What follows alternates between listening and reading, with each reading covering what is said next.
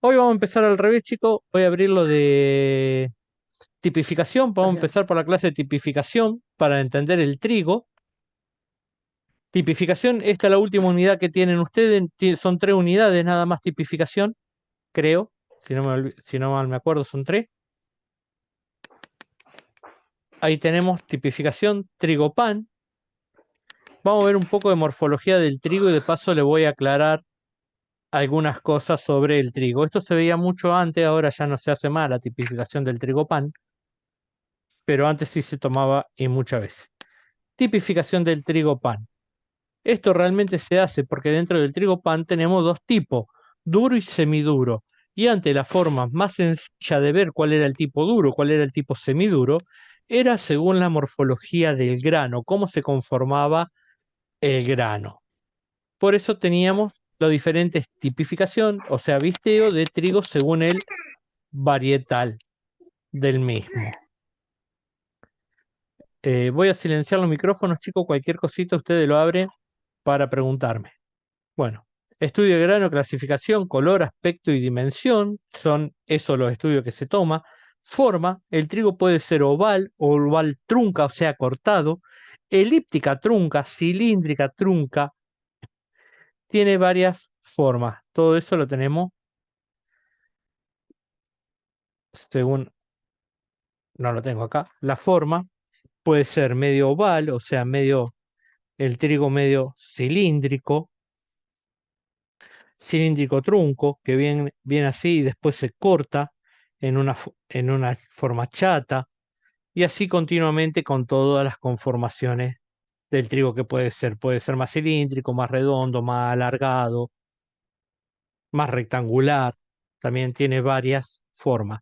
Color, el color normalmente es marrón a marrón oscuro, marrón claro, beige, amarillento, grisáceo y blanquecino. Estos últimos tres, amarillento, grisáceo o blanquecino, corresponden a trigo semiduro. Los trigos duros normalmente son de marrón oscuro a un color beige pálido, dependiendo muchas veces si está lavado o no está lavado. Cuando hagamos el bistec de trigo, eso lo vamos a ver.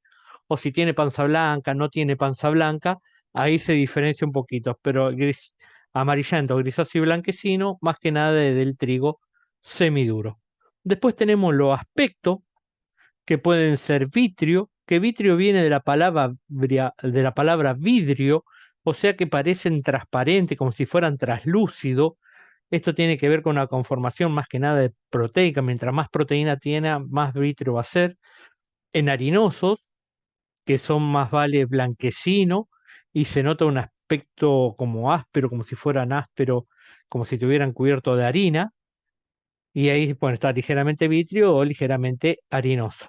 Las dimensiones también se distinguían por el largo.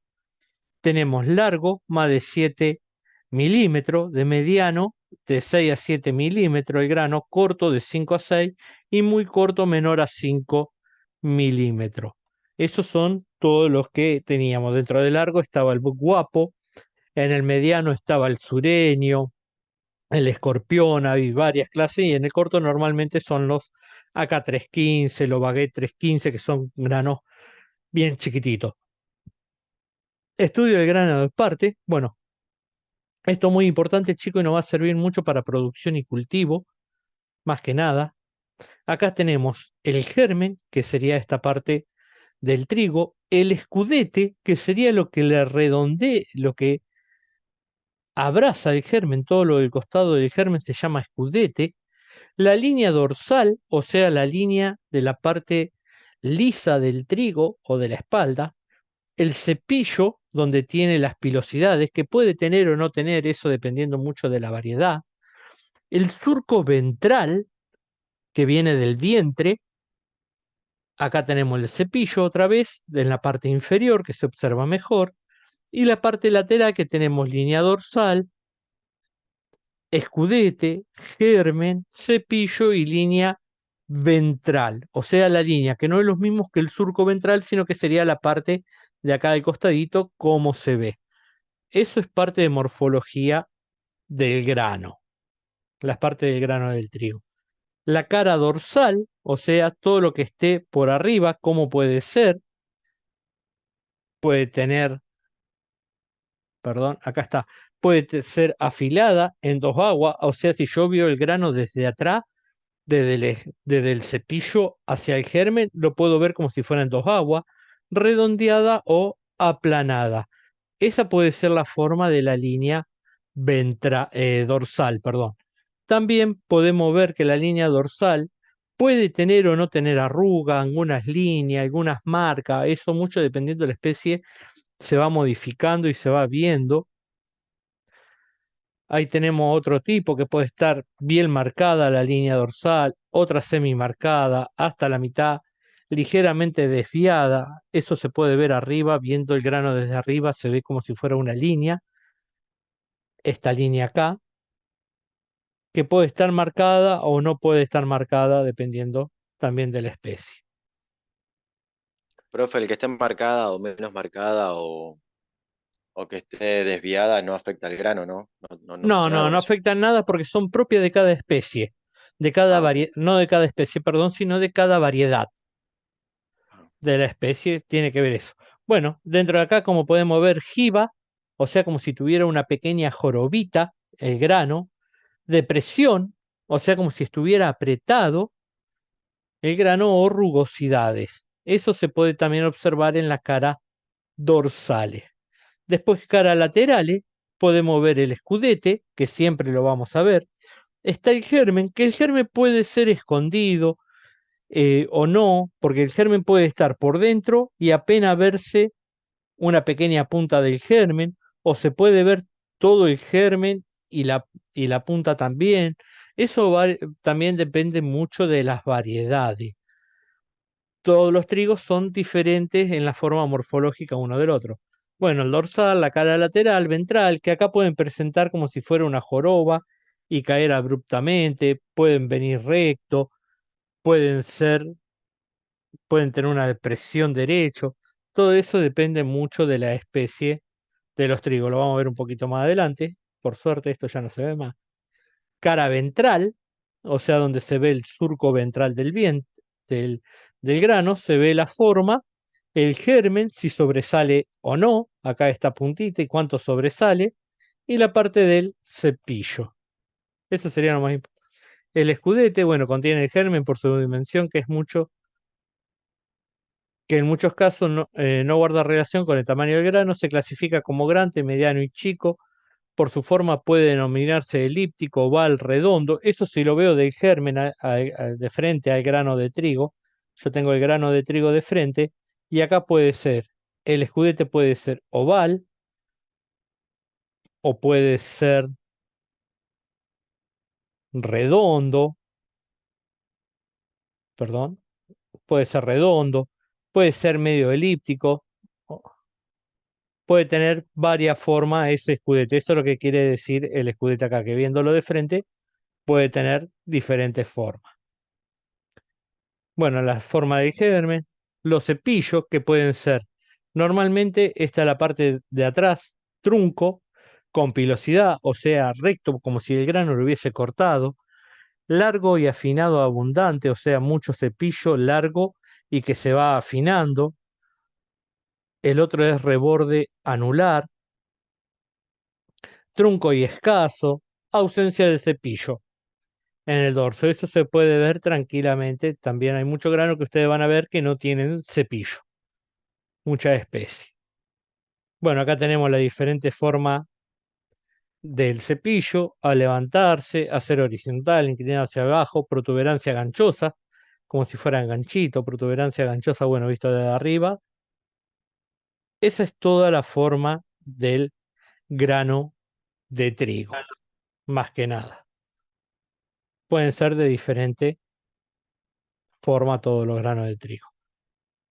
Hay muchísimos. Bueno, acá se con joroba y afinado, tiene varias formas los granitos de trigo. Léanlo bien al apunte. Este, por más que ya se ha dejado de utilizar, pero está bueno que sepan diferenciar las diferentes morfologías del grano. Lo que es muy importante, ¿no? Del grano sí es saber este cuadrito, más que nada saber que el germen, el escudete, el cepillo, surco, todo eso se nos hace más fácil en el momento del visteo del trigo saberlo, así lo podemos dar mejor. Estamos ahí con el módulo 3 de tipificación trigo pan. Sí, sí, profe.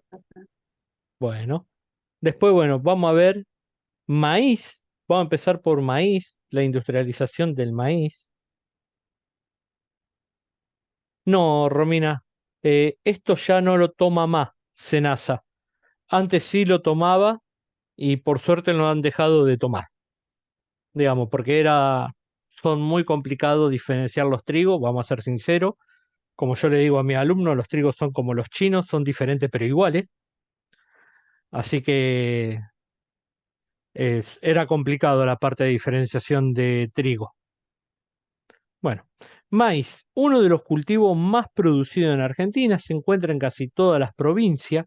Es un cultivo estival, o sea, de verano. Su siembra se extiende desde julio hasta enero, dependiendo la zona. Julio más que nada en el norte, en la zona de Santa Fe, Buenos Aires, septiembre, octubre. Eso sería siembra de primera y siembra de segunda o hoy lo que se llama tardía se puede hacer en diciembre, en enero con con algunos granos de corto, ay no me sale el nombre, de corto tiempo. No era- bueno, la cosecha comienza en marzo, febrero y se extiende hasta julio en los cultivos de segunda. Los cultivos de primera, lo que se llama siembra de primera, normalmente no tenemos problema con helada. En cambio, en los cultivos de segunda ya sí empezamos a tener problemas con granos helados.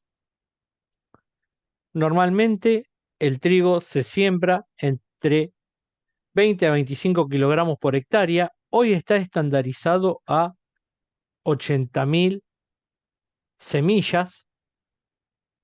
Ya no se pesa más la bolsa de semilla de trigo, sino que viene en estándar de 80.000 semillas por bolsa, que es la densidad más o menos de siembra por hectárea, a 52 centímetros aproximadamente. Ahí estaba en 70. Eso según la zona, según el clima, los nutrientes del campo, se puede llegar a sembrar a 70 o a 54 si no me equivoco, para ser más exacto, según los nutrientes del campo. Factores adversos, climática, bueno, helada temprana lo afecta en el llenado del grano y helada tardía dañan la planta en estado vegetativo. Plagas, gusano del suelo, orugas, pulgones, dentro de todo esto están los barrenadores del tallo. Enfermedades, bueno, pueden ser de origen fúngico, eso mucho a nosotros chicos, las enfermedades como roya amarilla no nos interesa. El carbón del maíz sí, porque es un carbón que ataca al maíz, igual como ataca al trigo o ataca a la cebada. Bacteriana virósica, como el mal de Río Cuarto. Después tenemos las malezas, muy importante, capín, quinoa, enredadera, bejuco, sorgo no granífero y la más importante de todas, chamico, ya que se encuentra en la normativa. Esas serían las malezas más importantes del maíz. Cosecha, bueno, se utiliza que descargan la mazorca en época de cosecha, se extiende de marzo a julio. Bueno, información general, léanlo. Maíz CBT, el maíz BT, chicos, es un maíz transgénico, o sea, modificado genéticamente. Acuérdense en que uno de los 5 cultivos que tiene modificaciones genéticas es el maíz, que tiene 2 modificaciones, BT o RR y combinada RR-BT, o sea, resistente al ataque de oruga, resistente al glifosato y ambas resistencia junta. Es muy importante tenerlo en cuenta a esos chicos, que lo tengan en cuenta, que es uno de los cultivos transgénicos que está permitido en Argentina. Son 5 los cultivos transgénicos permitidos. El maíz es uno de ellos.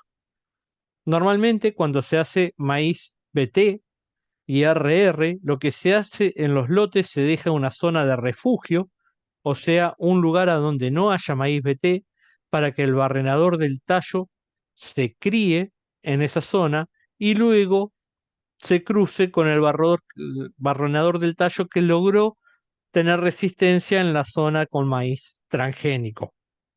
Esto más que nada es para que no creen resistencia cruzada, para perder esa resistencia al maíz BT y crear un gusano sin la resistencia, que se vaya perdiendo.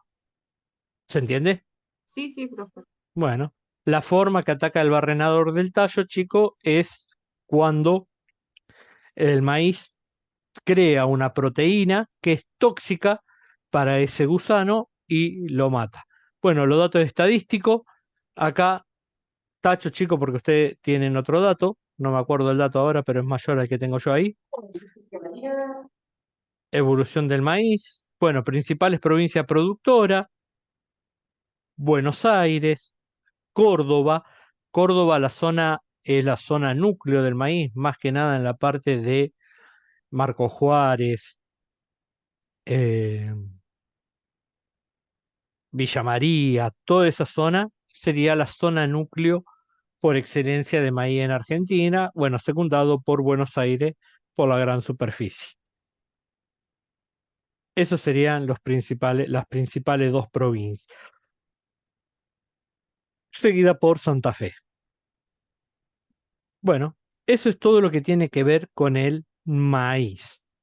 Ya sea que el maíz no importa el tipo, si es tipo duro o tipo dentado, o qué color sea, normalmente el maíz tiene las mismas especificaciones de siembra y cosecha para todo igual. Y ahora nos vamos a la parte de la industrialización. No, cada 150 hectáreas lo que se hace es un refugio en el medio del maíz, digamos, Emanuel. A ver a dónde estaba el dibujito. Siempre es necesario hacerlo. El lote de más de 150 hectáreas se debe hacer en el centro del lote. En los lotes de menos de 150 hectáreas se puede hacer en una cabecera y así sucesivamente, dependiendo de la superficie que vaya a sembrar y a donde se hace la hectárea. Eh, listo. Sí, ah, dice, para lotes más de 150 hectáreas, o sea, para lote que tiene más de 150 hectáreas, se recomienda hacer una en el centro, que cruce el campo por el centro, y los lotes de menos de 150, de 1500, perdón, no de 100, de 1500 hectáreas, se recomienda hacer una en una cabecera, con eso ya alcanza. 1500, perdón, dije 150, pero eran 1500. No entendí lo del barrenador del tallo. Bueno, Reinaldo, lo del barrenador del tallo es un gusano que come la caña del maíz, haciendo que se pierda la mazorca en el momento de la cosecha o en la precosecha. Lo que hace el maíz BT, que es modificado genéticamente, crea una proteína que es tóxica para este barrenador, para este gusano. O sea que cuando el gusano empieza a comer la planta, muere automáticamente sin llegar a causar el daño. Eso es lo que hace el maíz BT. Listo. ¿Estamos hasta ahí? ¿Alguna otra duda? Si no, paso al tema de industrialización del maíz. Bueno, vamos a la industrialización del maíz, que es muy importante. Cultivo e industrialización del maíz, lo saben preguntar tanto en producción y cultivo como en tipificación. Han hecho pregunta de la industrialización del maíz. Tenemos dos tipos de industrialización del maíz. Una es la molienda seca y otra es la molienda húmeda. La molienda seca del maíz tiene como objetivo la separación de los distintos componentes del grano, más que nada endosperma, germen y cáscara, siendo el germen y la cáscara o el tegumento, nombrado correctamente, separado del endosperma. El endosperma se muele y obtengo la harina de maíz, que puede ser gruesa o fina, o sea, polenta. Realmente lo que nosotros conocemos como polenta sería harina de maíz. El germen y la cáscara, con el germen va a la industria aceitera para obtener aceite de maíz y la cáscara va a la industria de alimentos balanceados, ya que rica en fibra, se reutiliza para el alimento balanceado. Tengan en cuenta, chicos, que en una molienda no se desperdicia nada. Todo lo que entra al molino se reutiliza, ya sea el germen para aceitera o se vende como germen de maíz, o se puede meter el germen de maíz directamente al alimento balanceado y la cáscara a alimento balanceado. Todo se reutiliza. Descripción. El endosperma se utiliza para obtener la harina de maíz, ya que es lo que está dentro del grano. Yo tengo el grano de maíz, ¿no? Se lo voy a dibujar así, se lo voy a dibujar más o menos. Tengo el grano de maíz, donde está la lengüeta. Todo lo que es endosperma, esto sería la cáscara o tegumento, que sería una capita finita, transparente que recubre al grano. Luego nosotros tenemos el germen, esto sería el germen, que ocupa un mínimo espacio, aproximadamente el 10% del grano o menor del espacio, ¿no? Del germen, y todo lo que es del grano puede ser color naranja o el color blanco, ya sea endosperma almidonoso o endosperma vitrio, que tengo dentro, acá adentro, sería el endosperma. Y el endosperma es lo que voy a utilizar yo para obtener las harinas de maíz. Realmente lo que muelo son los dos endospermas. Para eso sería la parte del grano de maíz. A ver si acá tengo una foto, si acá lo encuentro. Morfología del grano de maíz. Acá está.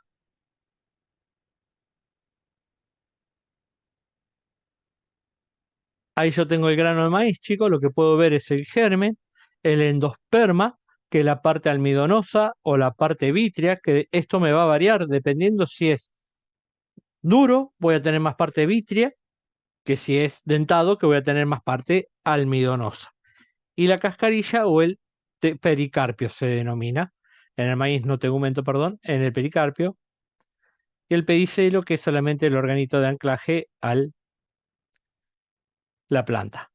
Eso sería la morfología del maíz. Normalmente lo que nosotros vamos a elaborar acá cuando hacemos una molienda seca de maíz, lo hacemos con maíz tipo duro. El maíz tipo duro, o sea que tiene que tener más endosperma vitrio que endosperma dentado, que endosperma almidonoso. Acuérdense que la diferencia entre vitrio y dentado no es lo mismo. El vitrio tiene más cantidad de endosperma almidonoso, o sea, si yo corto el grano al medio, veo mucho más de color naranja que de color blanco, y si es dentado, veo mucho más de color blanco que de color naranja. Esa es la diferencia entre vitrio y dentado. Normalmente para la molienda seca es un endosperma vitrio, tiene que ser del tipo duro. Lo cual empiezo la descripción del proceso, empiezo por una limpieza, se le extrae todas las tipos de maleza que tengan, granos de otros cereales, marlos, hoja, piedra, metales, todo a través de zaranda de limpieza, que es separar partícula de tamaño superior o inferior al grano de maíz. La tarara, con este dispositivo utiliza para la etapa, es posible separación de partículas pulvurulentas, o sea, partículas volátiles, trampas magnéticas, más que nada para separar tipo de materias como los metales. Eso se limpia completamente todo el maíz, ya que yo lo necesito sí o sí libre de malezas para la molienda. Se acondiciona el maíz porque una vez que está limpio se lo lleva a condiciones óptimas para separación del endosperma, germen y la cáscara. Lo primero que se hace un proceso de pigmentación, o sea, se lleva el cereal, se aumenta con agua, normalmente a 16% de humedad.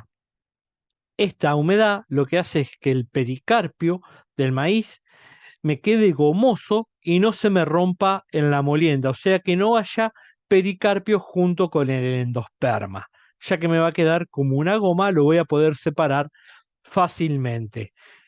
Luego sigue la degerminación, una vez que está aumentado, que está acondicionado, va la degerminación, que consta en quebrar en tres, cuatro partes el grano y sacar la porción del germen, ya que este germen también su menta queda bastante gomoso, digamos, y se puede separar por tamaño del resto del grano.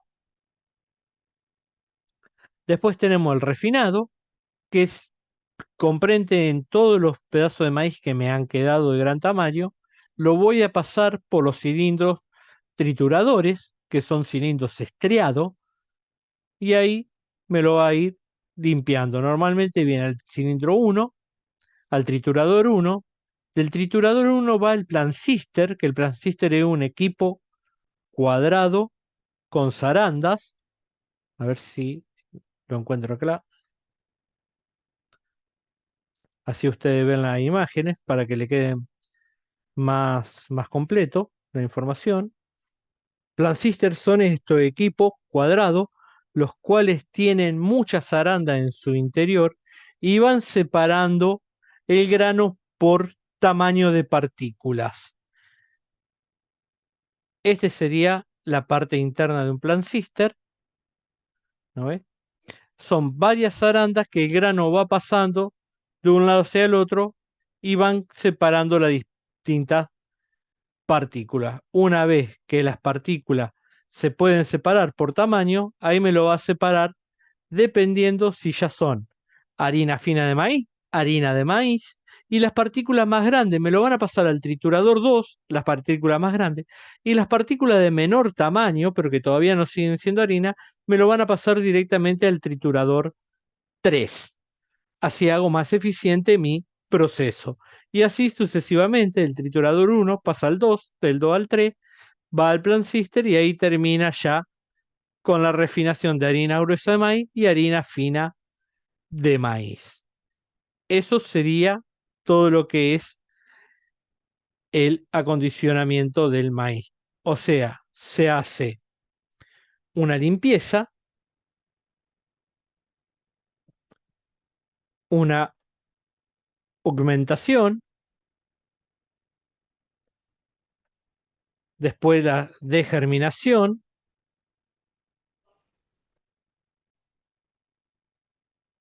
molienda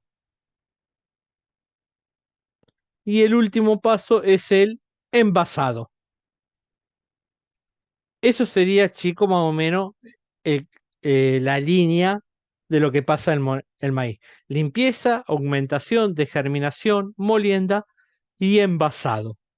Que el envasado o el almacenaje se puede hacer en Big Bag, en bolsa de 120 kilogramos, que esos son para la industria, para venderla a la industria. Por ejemplo, la industria lo que hace en chisito, conito, todas esas cosas, se venden normalmente en bolsa de 1200 kilogramos.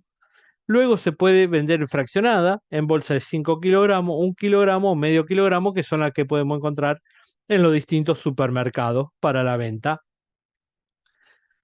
al mayoreo.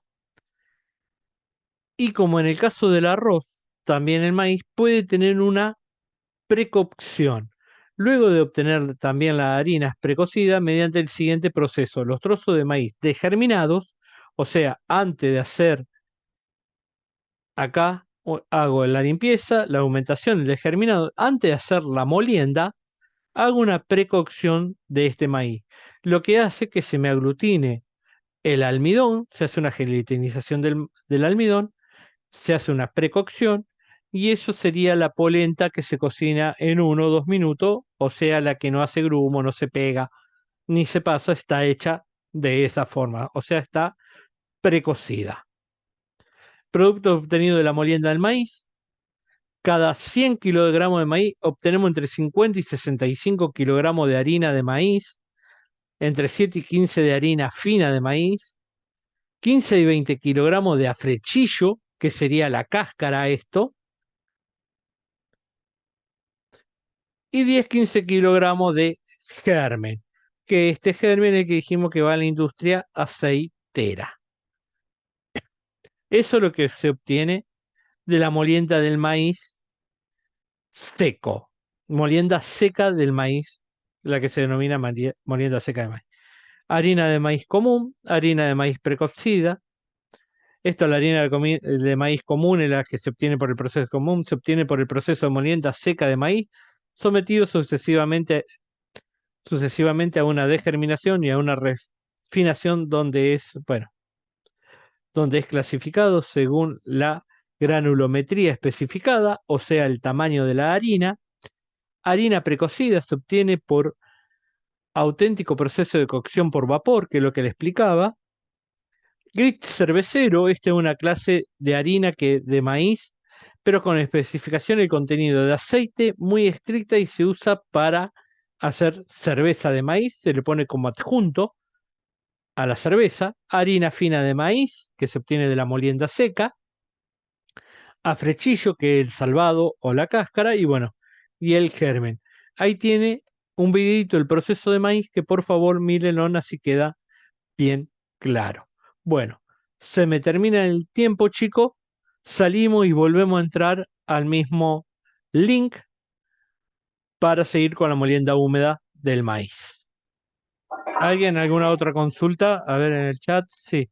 O sea, primero se separa. No, primero se limpia, luego se acondiciona, se degermina y luego va a la molienda y almacenamiento. Esos serían los pasos y sí lo sabe tomar el SENASA así tal cual se lo Entonces, digo. Le pone los pasos como es la molienda seca del maíz ponele.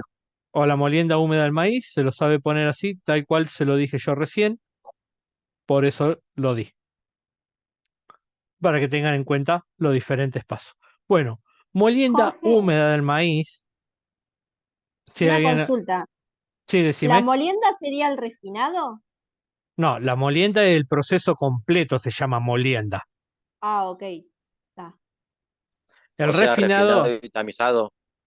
claro, el refinado sí es parte de la molienda, digamos. Está bien lo que me preguntó. El refinado sería en sí sería la molienda físicamente.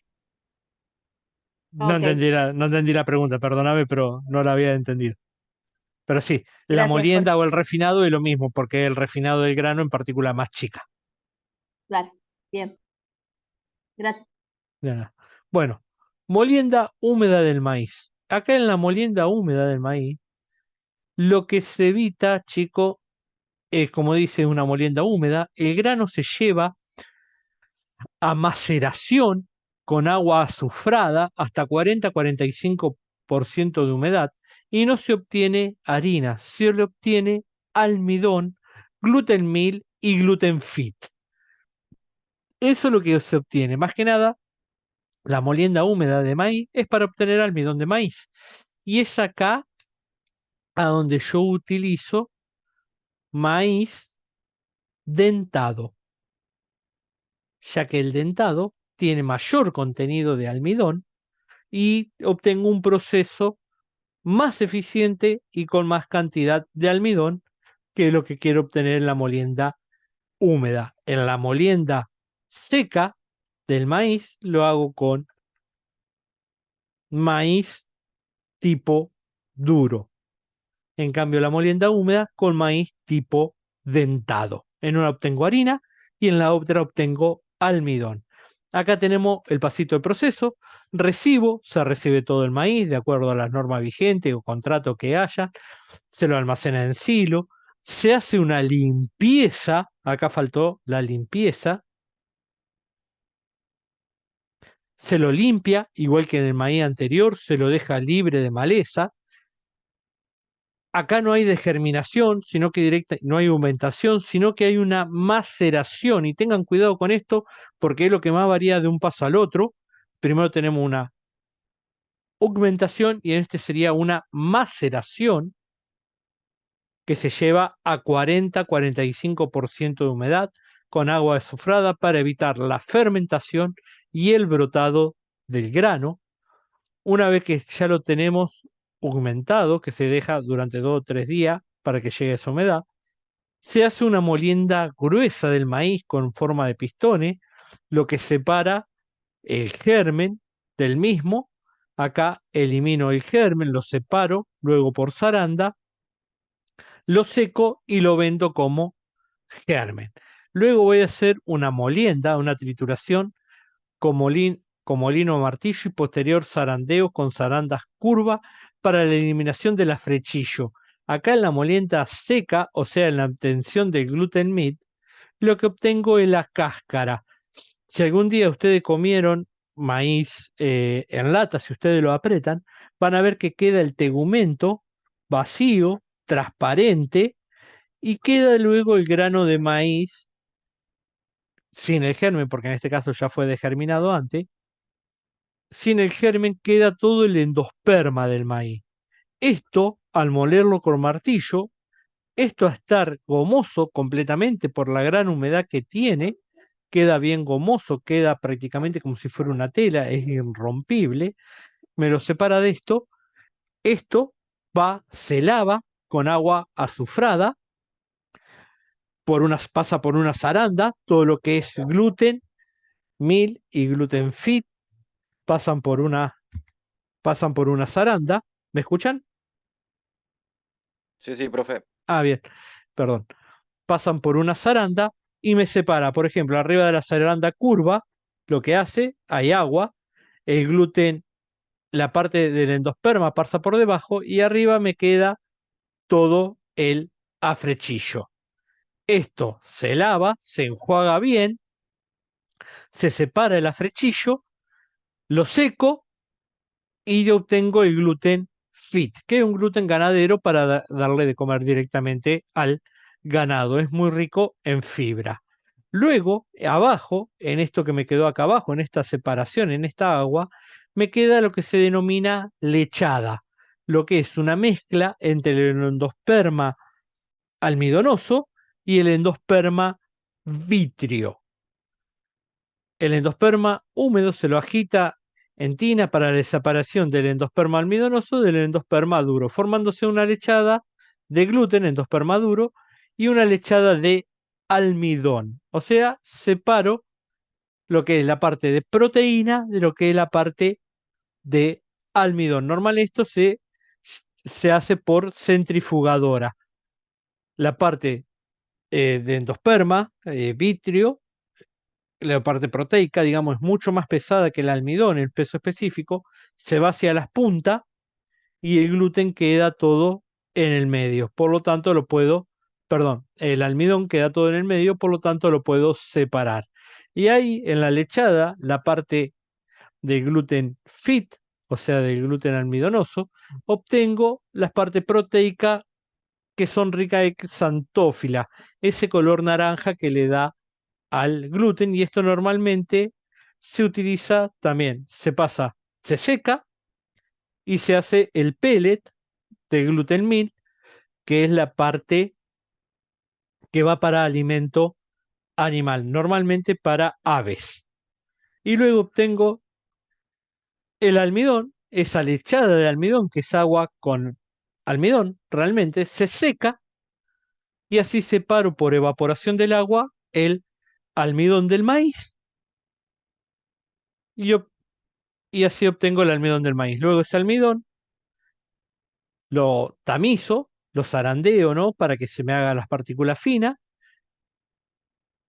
y lo voy a almacenar directamente ya para venderlo tal cual, como almidón Jorge, del ¿qué maíz. es santofilas? Santófilas es un... Son como proteínas, realmente son colorantes naturales, ¿viste? Como las clorofilas, sería lo mismo, parecido, son componentes del maíz, la santófila, que le da el color naranja. Son componentes del grano. Son como si fueran proteína del grano, pero se la denomina xantófilas. Son colorantes naturales del grano. Bien, Perfecto, gracias. de nada. Bueno, ahí está el paso a paso, chico, más o menos descrito, lo que le acabo de decir recién. Y el almidón se vende como tal, como almidón, o se puede obtener el jarabe de maíz de alta fructuosa, el JMAF, conocido como JMAF. Se utiliza mucho el almidón para hacer una segunda exteriorización y hacer estos jarabes de maíz de alta fructuosa, que es para endulzar todo lo que es gaseosa, galletita, todo, todo lo que sea parte alimentaria. Estamos hasta ahí con la parte de molienda del maíz. O sea que en esta molienda, para dejarla en claro, lo primero que hago es limpieza, maceración,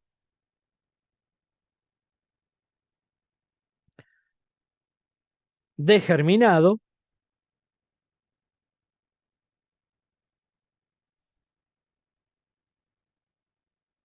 molienda, 1, molienda, donde acá en la molienda obtengo el gluten fit. Luego voy a un centrifugado que obtengo el gluten meat y el almidón, que va a un secado. Eso más o menos serían los pasos de la molienda húmeda del maíz. Son las dos diferencias. Acuérdense en esta diferencia. Si estoy hablando de molienda seca, es humectación. Si estoy hablando de molienda húmeda, es maceración. ¿Estamos hasta ahí? Sí, profe. Esto también lo van a preguntar en el final, ¿no? La diferencia entre uno y otro. Sí, sí, sí. ¿Saben preguntar los pasos así como se lo estoy escribiendo ahora? Normalmente lo saben preguntar. Limpieza, maceración, degerminación, molienda, centrifugado. Más que nada eso. No, no le pregunta bien el paso a paso, cuánto por ciento de humedad, todo eso no. Pero sí sepan la diferencia, que humectación es diferente a maceración. Si es molienda seca, tiene que decir humectación. Porque se dice, la molienda seca, ¿a cuánto se macera el maíz? Ya está mal la pregunta. Ninguna es correcta. Digamos, porque en la molienda seca no hay maceración, hay una augmentación. En cambio, en la molienda húmeda no hay una augmentación, sino que hay una maceración. La diferencia de las dos moliendas es a qué porcentaje de humedad se lleva el grano del maíz. Una 16, 17 y la otra 40, 45. ¿No? Aparte de ser diferente tipo de grano de maíz, uno duro y el otro es dentado.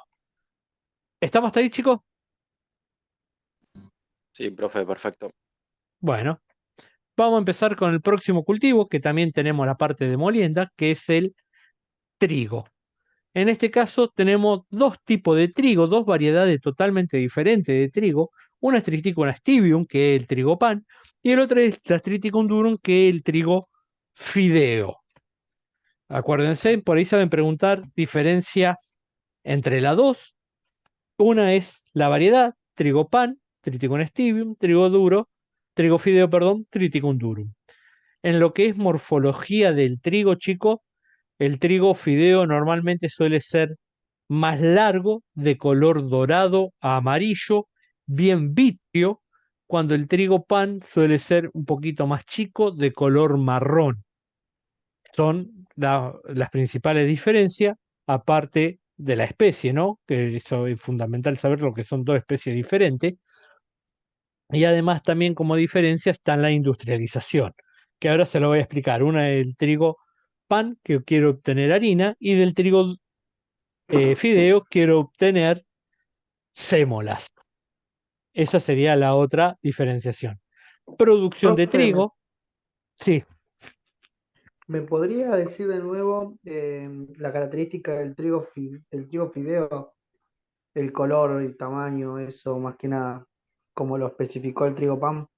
Bueno, un minutito, a ver si acá abro el...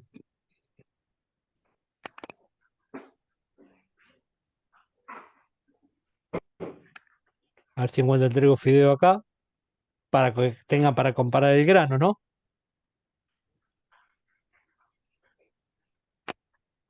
Acá está, trigo fideo.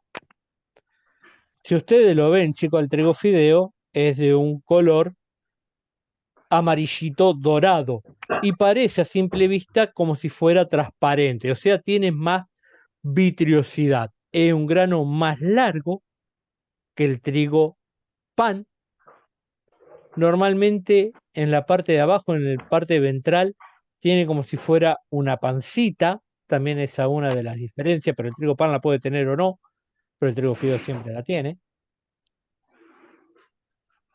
Es más largo, de color dorado.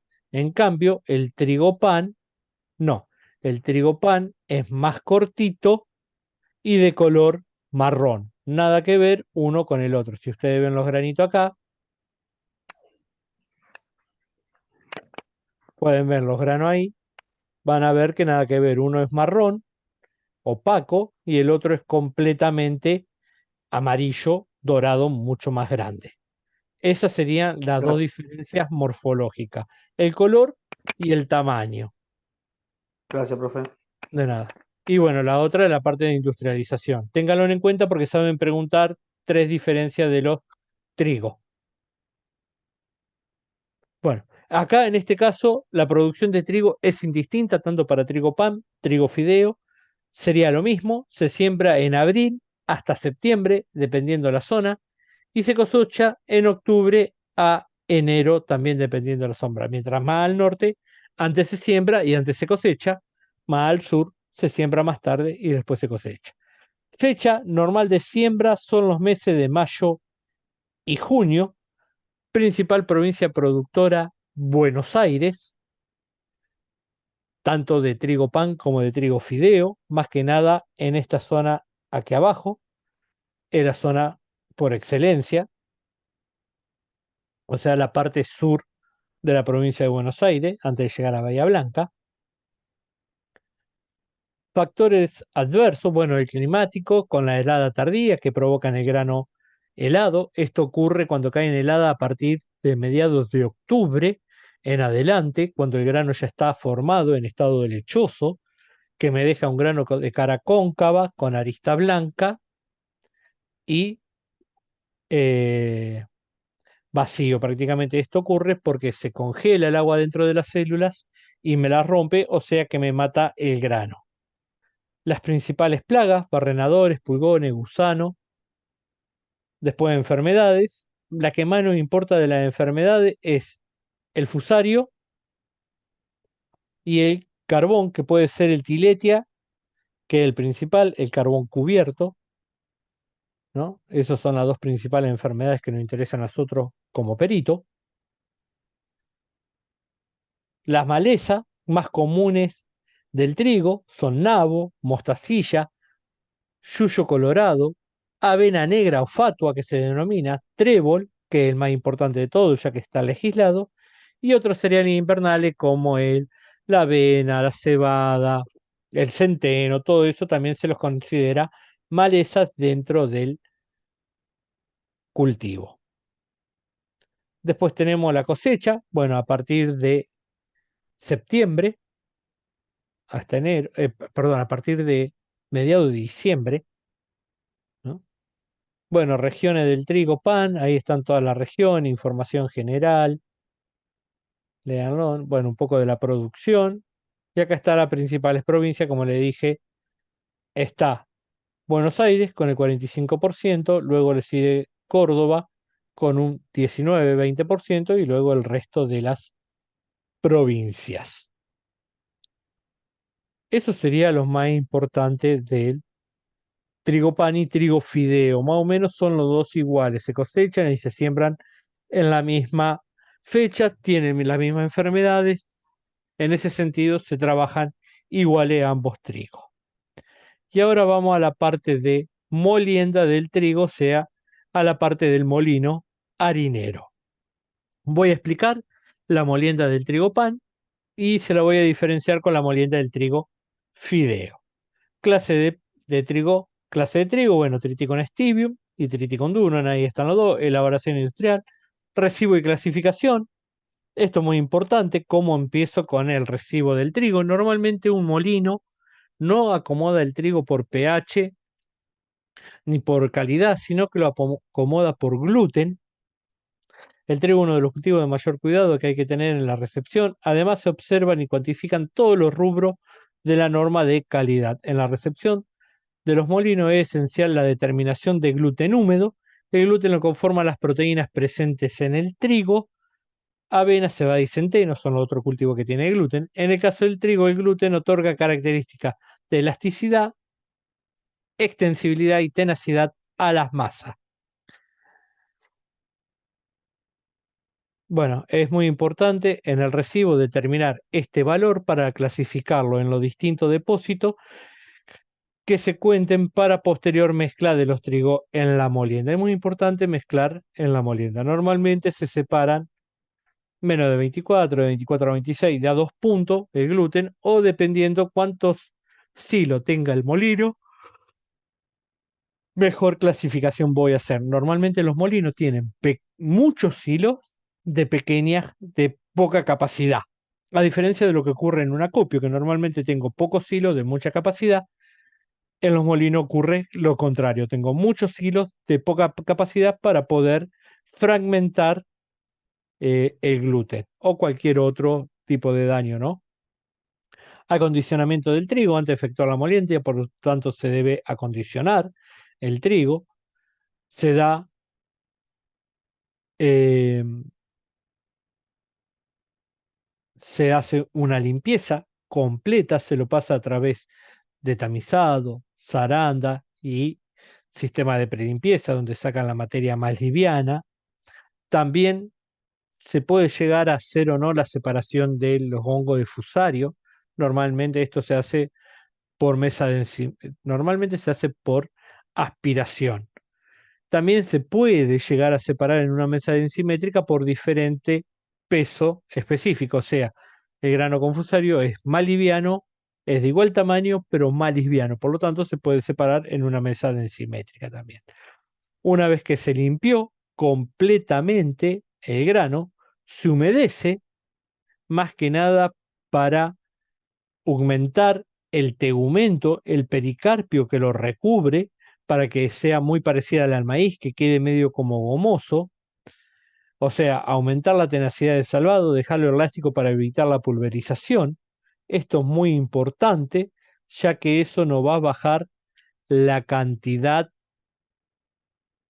eh, aumentar la tenacidad del salvado para que quede elástico, para evitar la pulverización. Sí, en este caso, cuando vemos trigo pan, el trigo fideo se lo considera como materia extraña. Caso contrario que no, que el trigo pan, el trigo fideo no es materia extraña. Este punto es muy importante, chicos, y saben preguntar bastante por ahí en aplicación industrial con el tema de ceniza. El salvado es lo que me aumenta la cantidad de cenizas, ya que las cenizas están en el pericarpio del grano. Por lo tanto, cuando tengo más salvado, o sea, más pericarpio, voy a obtener más ceniza. Va a ser menos blanca porque también una medición de blancura de la harina, una medición indirecta de qué tan blanca es la harina. Mientras menos ceniza tenga, más blanca es. Por lo tanto, si tengo más ceniza, menos blanca es. Y también me va a bajar la calidad, ya que mientras menos ceniza tenga, mayor va a ser mi calidad. Mientras más ceniza tenga, menor va a ser mi calidad. Acuérdense que para determinar una harina si es 3,0 o 4,0, que son las más conocidas comercialmente, es por cantidad de ceniza. La cantidad de 4,0 es inferior a la cantidad de 3,0. Eso para tener en cuenta, por eso yo quiero aumentarlo, humedecerlo este trigo a 16%, 17% para una buena molienda, o sea que ese salvado me quede elástico y no se me pulverice junto con el endosperma, que es donde están las harinas junto con el gluten. el grano del trigo, muy parecido a la morfología al maíz. Tengo el grano del trigo, tengo el tegumento o cáscara, tengo el germen, que también se degermina. Acuérdense que el trigo lo primero que hace, se aumenta, se degermina y luego va a molienda. Y el endosperma, que en el endosperma, en la parte central, todo lo que es blanco del trigo, es a donde obtengo el almidón, que, o sea, mis harinas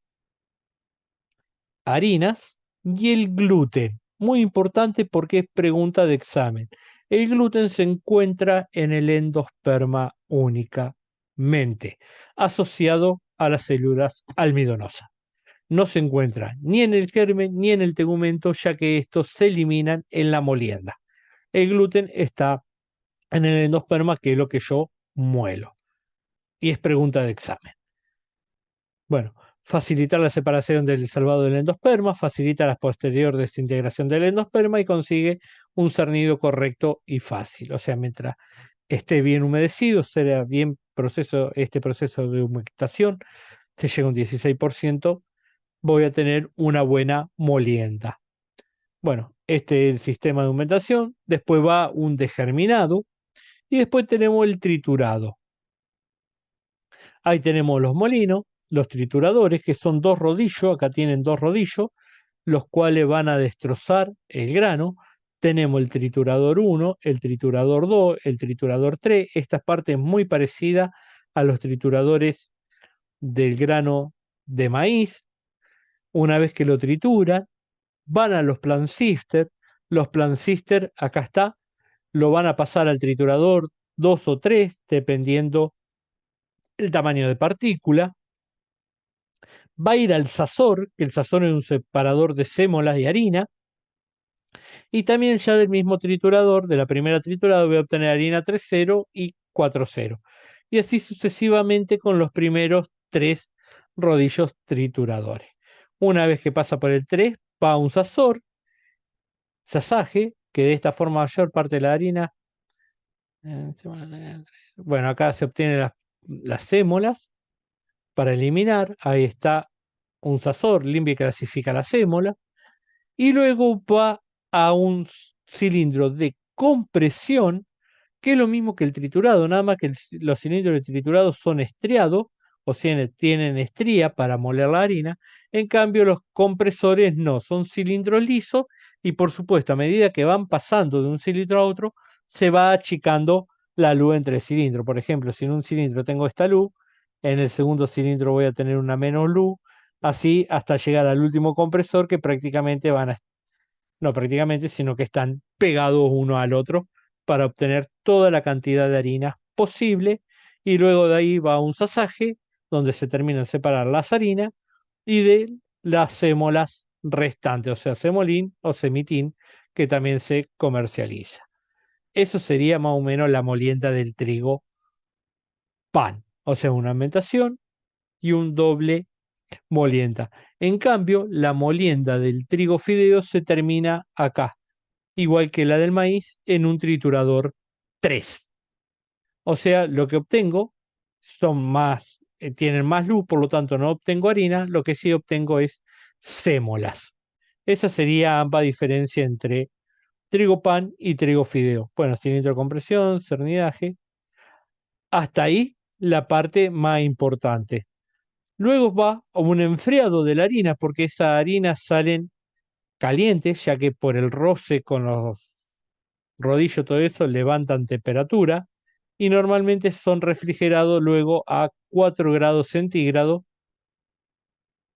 que permiten un enfriado de la harina de unos 15-16 puntos, que ya con eso ya se puede dejar guardar a estabilizar para que esa harina se terminen de...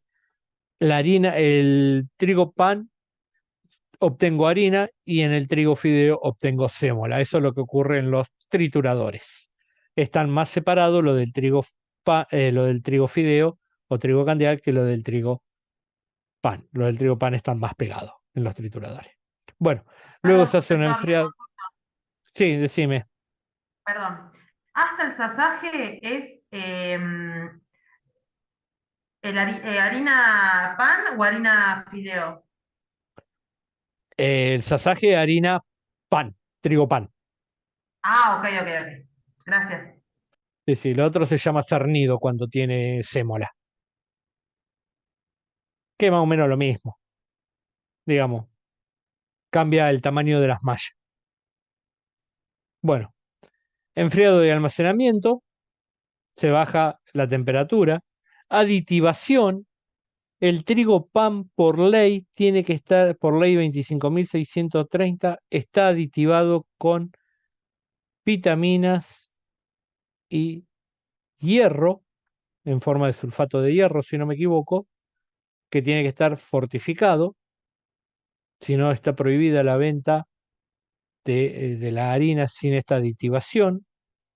Después va embolsado, el trigo ahora ya no se embolsa más en 50 kilogramos por un tema de ART, de ahora en más se embolsan en 25, en bolsa de 25, 10, 5, 2 y 1 kilo, que son estos últimos dos son los que se encuentran en los supermercados, igual que la de 5 normalmente.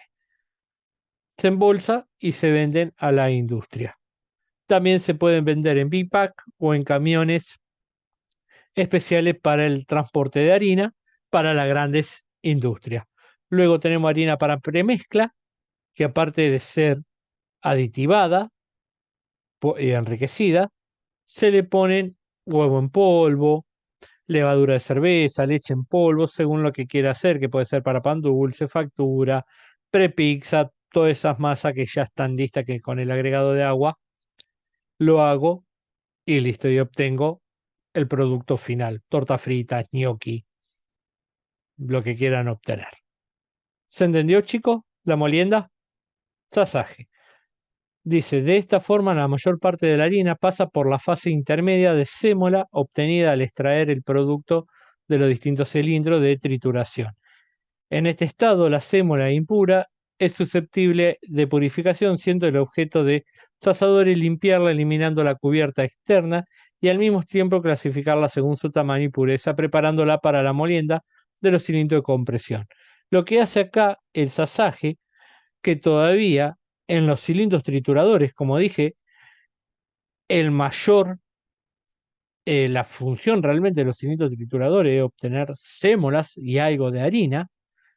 El sasaje lo que hace es, a través de una mesa, es una zaranda que vibra y me separa las sémolas por tamaño. Y de paso me la va separando un poco de las harinas que todavía tienen pegada. Una vez que separa por tamaño, la sémola en el sasador va a ir al compresor 1, al compresor 2 o al compresor 3, dependiendo del tamaño que que en el sasaje se haga. ¿Quedó claro cuál era el sasaje? ¿Para qué sirve un sazor? Es para separar harina de sémola. Y el otro es lo mismo, el último paso después del sasaje, que es, ¿a dónde está? Acá está, enfriado de almacenamiento, también es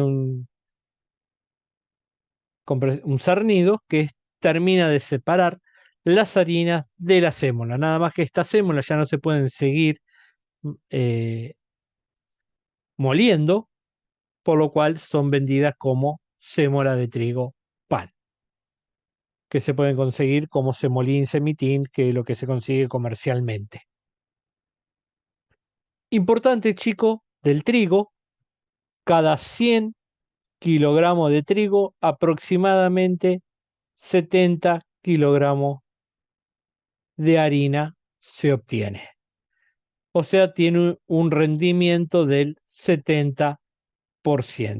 El otro 30% sería el salvado o afrechillo y el germen.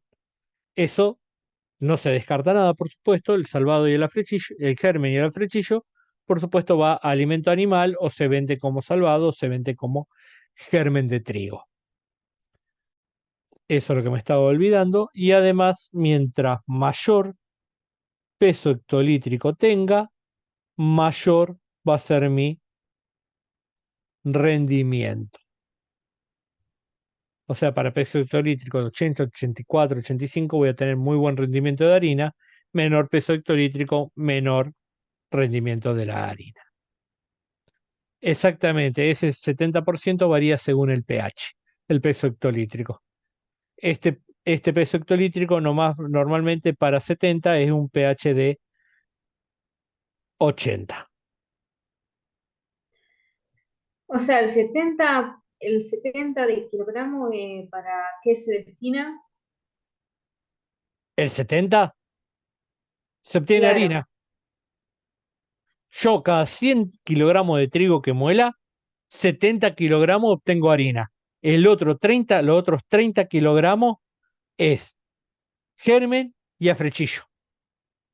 Ah, está. O sea, tiene un 70% de rendimiento en harina, significa. Bueno, chicos, se me terminó el tiempo. ¿Alguna dudita? No, todo bien. profe. No, profe, todo claro. Listo, bárbaro, chicos. Nos vemos entonces en clase o cualquier cosita me escriben a mi celular. Listo, profe, buena semana.